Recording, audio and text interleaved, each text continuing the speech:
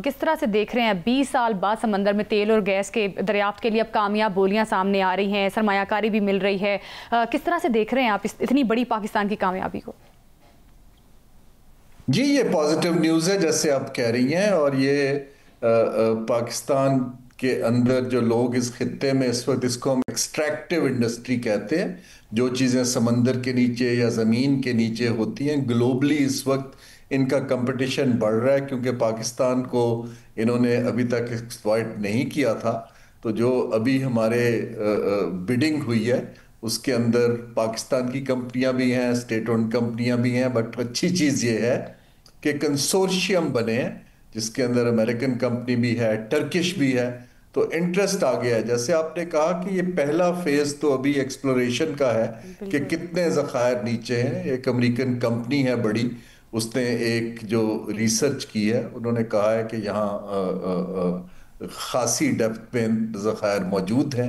तो अल्लाह करे कि ड्रिलिंग का काम शुरू हो और जो $1 बिलियन की इन्वेस्टमेंट की आप बात कर रही हैं वो ड्रिलिंग से लिंक्ड है। और पाकिस्तान का इन्हिसार क्योंकि तेल की इंपोर्ट पर है, तो अगर हमारे अपने ऑयल के ज़खायर बढ़ जाते हैं तो हमारे इकोनॉमी के लिए बड़ी पॉजिटिव न्यूज़। अच्छा सर, ये जो कामयाब बोलियां हैं ये 53,510 मुरब्बा किलोमीटर पर मुश्तमिल इलाका है, उसके लिए हैं, तो ये एक वसी इलाका है। आपके ख्याल में तेल और गैस के ज़खायर मौजूद होने के यहाँ कितने % चांसेस हैं?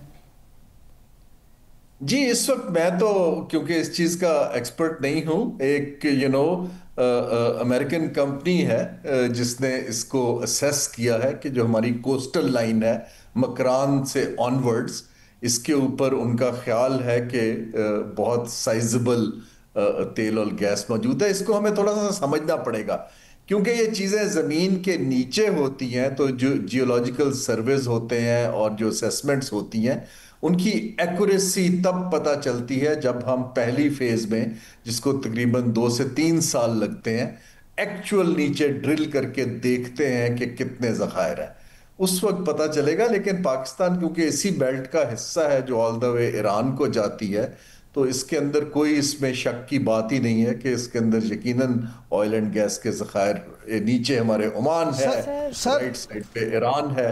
सर, आपने जिस तरह 2-3 दफ़ा अपनी गुफ्तगू में जिस अमरीकी कंपनी का जिक्र किया, तो सर वो कंपनी जो है इस हवाले से बड़ी एक्सपर्ट समझी जाती है और पूरी दुनिया में उसको एक अपना मुकाम हासिल है। तो बहुत सारे जो लोग हैं उनका ये मानना है कि वो यहाँ पे इस सारे प्रोसेस में शामिल ही इसलिए हुए हैं कि उनके पास ये ठोस शवाहिद मौजूद हैं, यानी कभी इम्कान है उन्हें कि यहाँ से उन्हें कामयाबी मिलेगी।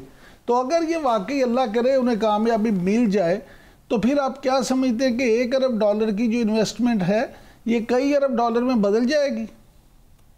देखिए, ये जो कंपनी है ये तो एक असेसमेंट की कंपनी है, डेगलाइवर एंड नॉक्स्टन उसको कहते हैं। इन्होंने इसका जो सर्वे किया है उसकी बेस पर ही इंटरेस्ट जनरेट हुआ है। लेकिन अब पहले एक्सपर्ट्स जो हैं वो चेक करते हैं कि जी ये जहां हम जा रहे हैं वहां पर स्कोप क्या है। लेकिन जैसे मैं अर्ज कर रहा हूं कि जियो उसकी स्ट्रेटेजिक लोकेशन ऐसी है कि उसके दाएं बाएं हर तरफ तेल निकल रहा है, तो ये हो नहीं सकता कि उसके नीचे ना सिर्फ ऑयल एंड गैस बल्कि दूसरी मादनियात भी हो सकती हैं। अब ये जो आपकी बात है कि इसमें इन्वेस्टमेंट कैसे बढ़ेगी, इसमें एक तो अच्छी चीज ये है कि ये जॉइंट वेंचर्स हैं, फातिमा ग्रुप भी है, OGDCL भी है, टर्किश कंपनी भी है, ये जो 4 ब्लॉक्स बने हैं। ये जॉइंट वेंचर का फायदा ये होता है कि जो लोकल एक्सपर्टीज है वो इस गेम में आ जाती है, सिर्फ फॉरेनर्स काम नहीं करते। आपको पता है हमारे अभी कुछ सिक्योरिटी के खदशात भी हैं, चीजें हैं, तो ये जॉइंट वेंचर उसको कवर कर लेता है। तो अगर इस पे तेजी से ड्रिलिंग का काम तक हम पहुंच जाते हैं तो इसमें $1 बिलियन तो ऑयल इंडस्ट्री के अंदर एक छोटी रकम है मेरे हिसाब से। और अगर पाकिस्तान की स्टेबिलिटी बेहतर हो जाती है अगले 3 बरस में इंशाल्लाह, तो इसको ये this can open many other door. देखिए, जो तेल होता है वो खाली तेल की एक्सप्लोरेशन नहीं होती, उससे फिर पेट्रोकेमिकल इंडस्ट्रीज बनती हैं, उससे लुब्रिकेंट की इंडस्ट्रीज बनती हैं, उसमें खित्ते के लोगों का इंटरेस्ट आ जाता है, आबादियां, रियल एस्टेट बनती है, पूरी एस्टेट्स। ये एक लंबा प्रोसेस है, लेकिन कोर ये है कि आपके ऑयल के ज़खायर दरियाफ्त हों और कंपनियां उसकी ड्रिलिंग शुरू करें। اچھا سر، آپ کیونکہ بورڈ آف انویسٹمنٹ کے چیئرمین بھی رہے ہیں اور آپ ایک وسیع تجربہ رکھتے ہیں، یہ فرمائیے گا کہ پاکستان اور سعودیہ کا جو اقتصادی فریم ورک ہے اس حوالے سے آپ کیا سمجھتے ہیں کہ اس سے پاکستانی معیشت کو کیا فائدہ ہوگا؟ کیونکہ عام طور پہ یہ دیکھنے میں آیا ہے کہ باتیں ہو جاتی ہیں، ایم او یو سائن ہو جاتے ہیں، لیکن عملاً سرمایہ کاری نہیں ہو پاتی۔ جی، اس میں بڑی کینڈیڈ دوں گا۔ میں ایکچولی یہ جو ان کا فیوچر انویسٹمنٹ فورم ہے اس کی پہلی اوپننگ ڈنر پہ انہوں نے مجھے بلایا تھا اور میں وہاں تھا اور میں پرسوں ہی آیا ہوں۔ دیکھیے، اس وقت پاکستان کے متعلق سعودی عرب میں پہلے بھی تھا، لیکن اب زیادہ پازیٹیو سینٹیمنٹ ہے، ہمارے تعلقات ڈیپن ہو رہے ہیں، اور سعودیز جو ہیں اس وقت بڑا کیئرفلی پاکستان سے کہہ رہے ہیں کہ جی آپ ہمیں بتائیے کہ کہاں انویسٹ کیا جا سکتا ہے۔ یہاں تک تو بالکل ٹھیک ہے۔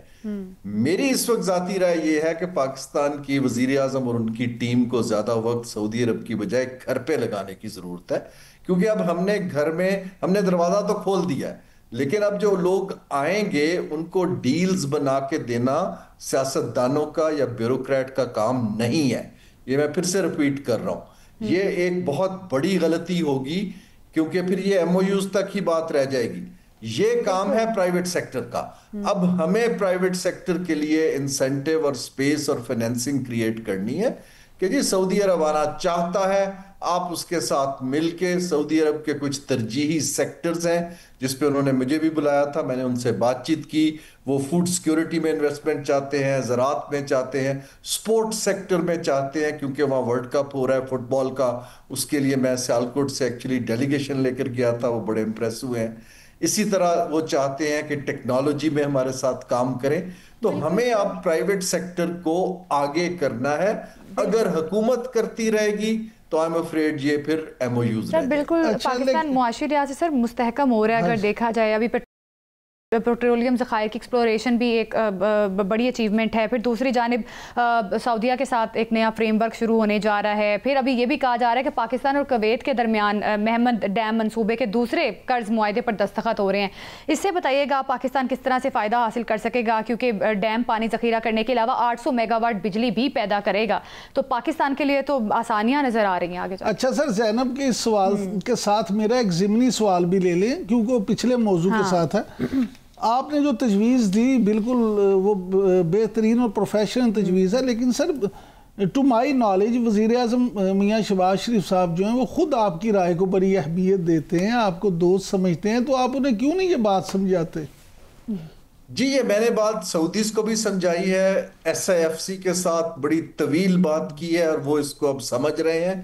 لیکن دیکھیے، اس وقت بہت سالوں سے پاکستان کی زیادہ چیزیں حکومت میں سینٹرلائزڈ ہو گئی ہیں، اور ہم حکومت کے تھرو، جس کو ہم جی ٹو جی ڈیلز کہتے ہیں، کرنا چاہتے ہیں۔ دیکھیں، وہ انفراسٹرکچر تک تو ٹھیک ہے کیونکہ وہ پبلک انویسٹمنٹ کا کام ہے، لیکن اگر آپ نے کاروباری انویسٹمنٹس کرنی ہے، ہوٹل بنانے ہیں، زراعت کرنی ہے، آئی ٹی ہاؤسز کھولنے ہیں، مینوفیکچرنگ میں جانا ہے، سعودی عرب خود مینوفیکچرنگ میں جانا چاہ رہا ہے، تو یہ چیزوں کے لیے جب تک پرائیویٹ سیکٹر کے لیے ایک انوائرمنٹ جس کو وہ ہاسٹائل سمجھتے ہیں اس میں کچھ ڈراسٹک چینجز نہیں کی جائیں گی۔ دیکھیں، سعودی عرب اور چین میں فرق کیا ہے؟ چین کے پاس صلاحیت ہے کہ وہ اپنی انڈسٹری کو ریلوکیٹ کر سکتا ہے، لوگ بھیج سکتا ہے، کام کرتا ہے۔ سعودی عرب کے پاس اس وقت لیکوڈیٹی ہے، پیسہ ہے، ڈیورسیفائی کرنا چاہتے ہیں، ایکسپرٹیز پاکستان کے پاس ہے، اور پاکستان کو چاہیے کہ سعودی عرب سے جوائنٹ وینچر کر کے اپنی جو کیپیسٹی ہے انڈسٹری کی اس کو ڈبل کرنے کی طرف کام کرے۔ نئے پروجیکٹ رسکی ہیں، ان کی طرف جانا مناسب نہیں ہوگا۔ دوسری چیز کے خطے کے ممالک کی جو محمد ڈینڈ کی بات کی یا دوسری، دیکھیں وہ تو کویت نے قرض کی بات کی ہے، وہ پہلے ایشین ڈیولپمنٹ بینک دیتا تھا یا چائنا میں سی پیک کے تحت آتا تھا، تو اچھا ہے کہ ہمارے ڈیورسیفائی ہو رہی ہے باسکٹ، لیکن یہ ایز سچ انویسٹمنٹ نہیں ہے۔